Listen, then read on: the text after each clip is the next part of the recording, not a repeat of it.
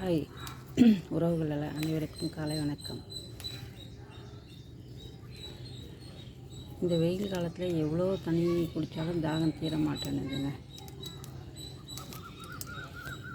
அந்த சப்ஜா இதெல்லாம் போட்டு லெமன் புழிஞ்சு அந்த மாதிரிலாம் குடிக்கும்போது கொஞ்சம் உடம்புக்கு தெம்பாகவும் இருக்குது. அதெல்லாம் கொஞ்சம் குடிங்க. பிள்ளைங்களுக்கு நிறைய தண்ணி குடிக்க விடுங்க. அம்மை நோயெலாம் நிறையா வருதுன்னு சொல்கிறாங்க. அதெல்லாம் இல்லாமல் பார்த்துக்கோங்க.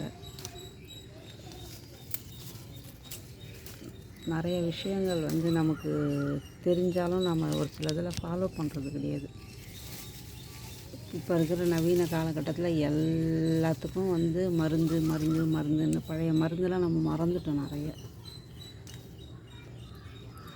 அதெல்லாம் கொஞ்சம் அடிக்கடி அந்த பாரம்பரியமான உணவுகள், பாரம்பரியமான மருத்துவ உபகரணங்கள் அதெல்லாம் பயன்படுத்துங்க. காலையில் சீரக தண்ணிலாம் குடிங்க. வயசானவங்களுக்குலாம் கொஞ்சம் சீரக தண்ணி கொடுக்க சொல்லுங்கள். சீரக தண்ணி நல்லதுங்க ரொம்ப உடம்புக்கு. அதில் ஒரே ஒரு பட்டை கூட போட்டு நம்ம தண்ணி குடிக்கலாம், நல்லது. துளசி இலைலாம் பறித்து சாப்பிடுங்க. அதெல்லாம் ரொம்ப உடம்புக்கு நோய் எதிர்ப்பு சக்தியை கொடுக்குறது. அதிகமாக நம்ம கடையில் வாங்கி சாப்பிட்றத கொஞ்சம் நிறுத்துங்க. கடையில் இருக்கிறது எவ்வளோக்கு எவ்வளோ நம்ம சாப்பிட்றோமோ அவ்வளோவும் நமக்கு தான் கெடுதல். பாக்கெட்டில் இருக்கிறதெல்லாம் பிள்ளைங்களுக்கு வாங்கி கொடுக்காதீங்க. முடிஞ்ச அளவுக்கு வீட்டில் சமைச்சு கொடுங்க. கேழ்வரகு மாவில் அவ்வளோ சத்து இருக்குது. கேழ்வரகுலாம் நிறைய ஃபுட் ஐட்டம்ஸ் செஞ்சு கொடுங்க பிள்ளைங்களுக்கு. நம்ம பிள்ளைங்க எவ்வளோ ஆரோக்கியமாக வச்சுருக்கோமோ அதே மாதிரி நம்ம பெற்றவங்களையும் ஆரோக்கியமாக வச்சுக்கணுங்க. அவங்களுக்கும் நல்ல ஃபுட்டாக கொடுங்க. அவங்க நம்ம எப்படி வளர்த்து ஆளாக்குனாங்களோ அதே மாதிரி தானே அவங்களுக்கும் நம்ம கொடுத்து ஆளாக்கணும். இருக்கிற காலம் கொஞ்சம் காலம் அந்த வயசானவங்களுடைய காலம். அதனால் அவங்கள ரொம்ப கேர்ஃபுல்லாக பார்த்துங்க இந்த வெயில் காலத்தில். மோஸ்ட்லி இந்த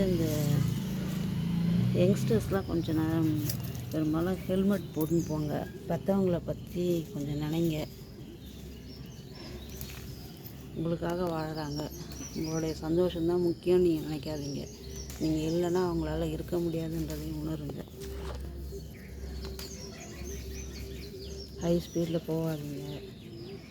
பிள்ளைங்களை அப்பா அம்மா வீட்டில் இருக்காங்க, நம்மளை நம்பி ஒரு உறவு இருக்குன்றதெல்லாம் எல்லோரும் உணர்ந்து அதுக்கு தகுந்த மாதிரி வண்டியில் போங்க.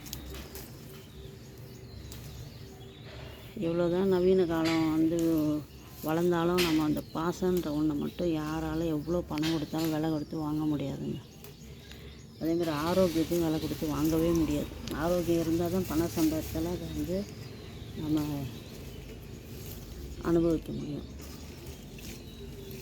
ஆரோக்கியம் போச்சுன்னா இப்போ எவ்வளோ கோடி பணம் இருந்தாலும் பிரயோஜனமே கிடையாதுங்க. ஆரோக்கியம் ரொம்ப ரொம்ப ரொம்ப ரொம்ப ரொம்ப ரொம்ப முக்கியம்.